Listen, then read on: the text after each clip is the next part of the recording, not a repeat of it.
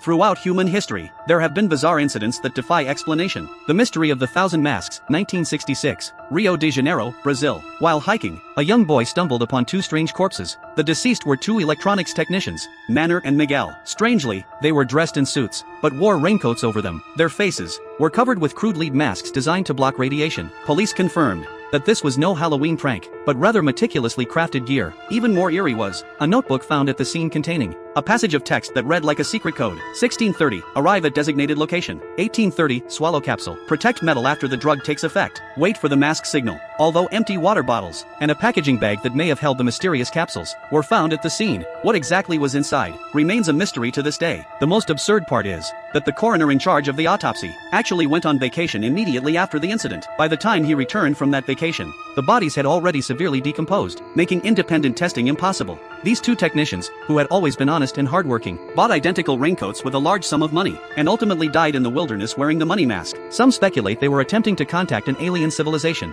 while others claim they were entangled in a mysterious organization. But what the truth really is, will likely remain unknown forever. The Darien mummies date back 4,000 years, to the heart of China's Taklamakan Desert. In that distant era, a vast population with European features actually lived here. When archaeologists unearthed these mummies, everyone was stunned. These ancient corpses were tall and imposing, with red or blonde hair, high noses, and deep-set eyes. They were even wearing tartan sweaters in the Scottish style. This stark sense of incongruity was like discovering a Starbucks in the terracotta army pits. Thanks to the desert's extremely arid environment, the bodies were preserved in flawless condition. Take the famous Lulan Beauty, for example. Even her eyelashes remain perfectly intact. This group of clearly Caucasian people arrived in the western regions millennia before Marco Polo. DNA tests reveal they possessed a mix of Eastern and Western ancestry. Yet to this day, no one can explain how their civilization crossed mountains and rivers to reach this place, and no one understands why they chose to settle down in one of the most inhospitable deserts on Earth. To this day, they remain a lost branch of human history, a mysterious civilization that bloomed briefly in the sands of time. The New England vampire panic, 19th century, New England, USA. It was an era when tuberculosis was rampant.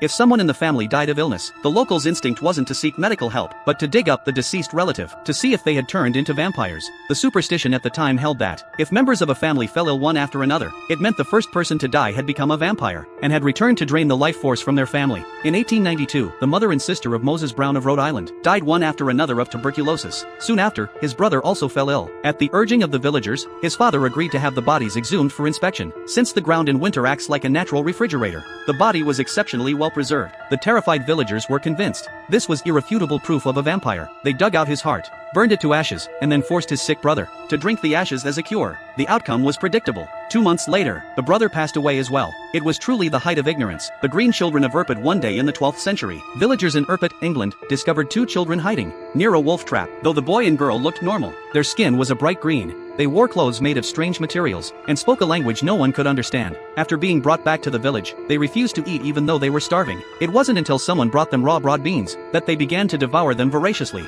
The boy later died tragically of illness, but the girl survived. As her diet returned to normal, her green skin gradually faded. She learned English and finally revealed her origins. She said they came from the land of Saint Martin, an underground world where the sun never shone, only twilight. Everyone there was green. One day, while tending sheep, they heard the tolling of bells. They walked into a cave, and, as they walked, emerged onto the surface. Experts believe they may have been lost refugees, whose green skin resulted from malnutrition. But no matter how you explain it, it feels like a living, breathing, medieval legend that has burst into reality. The Great Siberian Explosion. At 7 a.m. on June 30, 1908, the tranquility of Siberia was shattered by a deafening roar. An explosion with a force equivalent to 15 million tons of TNT occurred in the sky. In an instant, 80 million trees across an area of 2,150 square kilometers were leveled to the ground. The force was equivalent to wiping out an entire major metropolis. The shockwave was so powerful that it knocked people to the ground as far as 60 kilometers away. 4 days afterward, the night sky over Eurasia was as bright as day, so bright that one could read a newspaper in the dead of night.